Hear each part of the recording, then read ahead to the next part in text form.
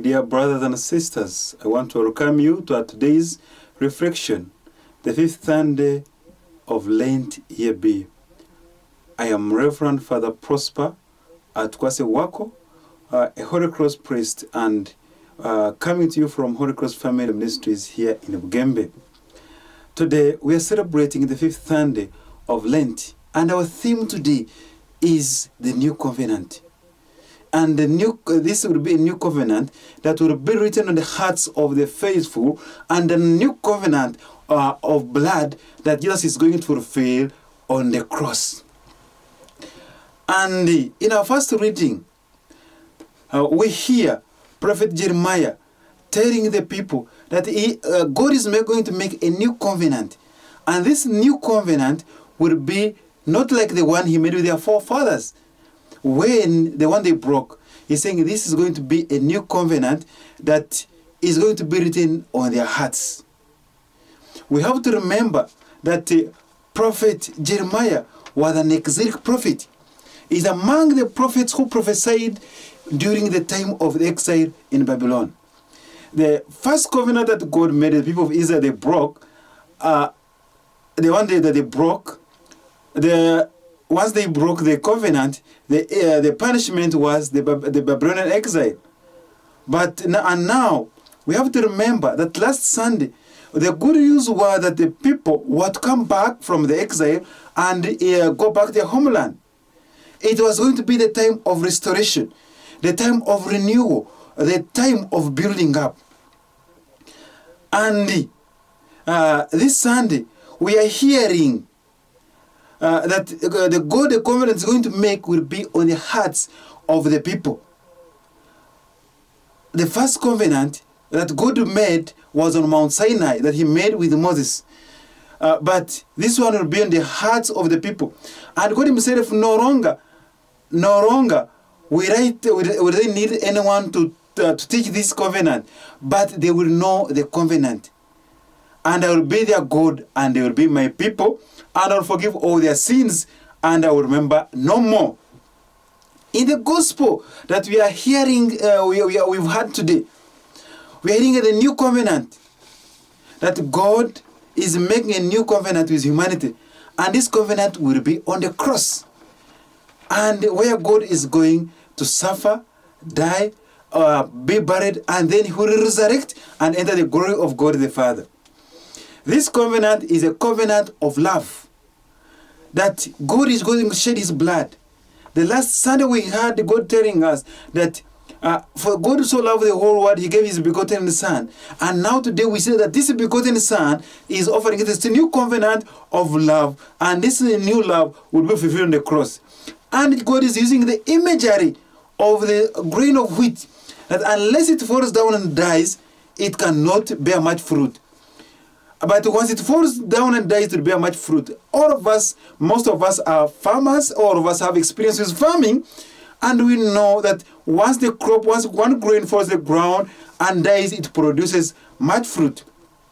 There are a number of lessons that we can learn in this Sunday. The first lesson that all of us are baptized.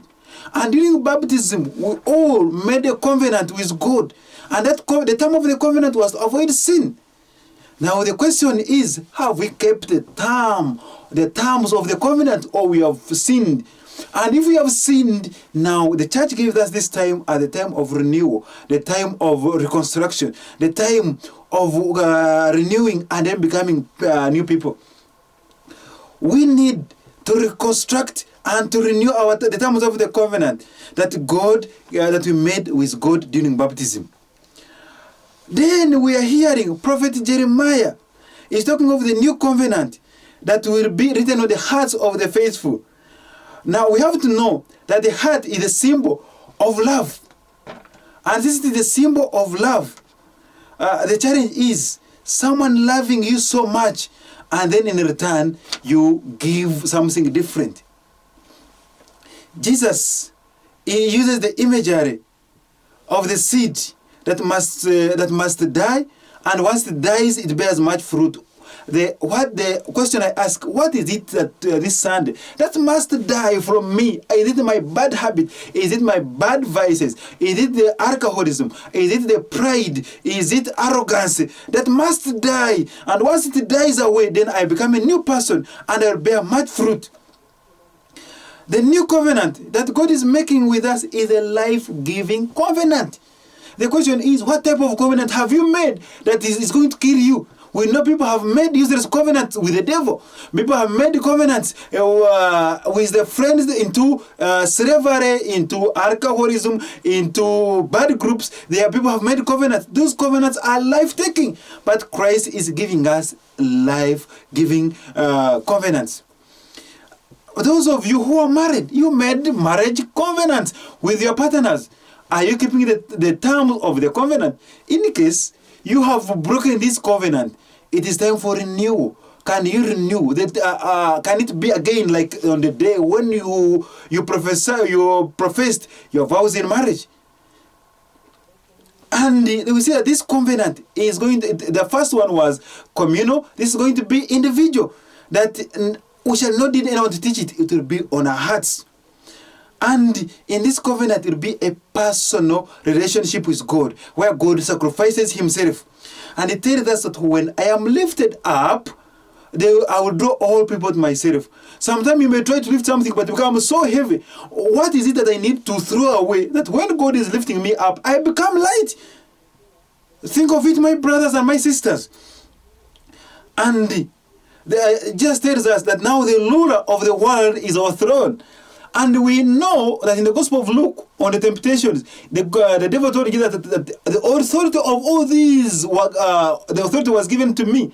Now Jesus is saying that the ruler of this world is being overthrown. This is something very important, that the devil is being overthrown as Jesus makes the new covenant. And in the second reading, that's where we get the good news.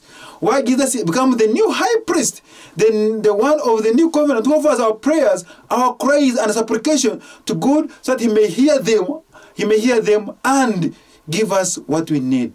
The Lord be with you.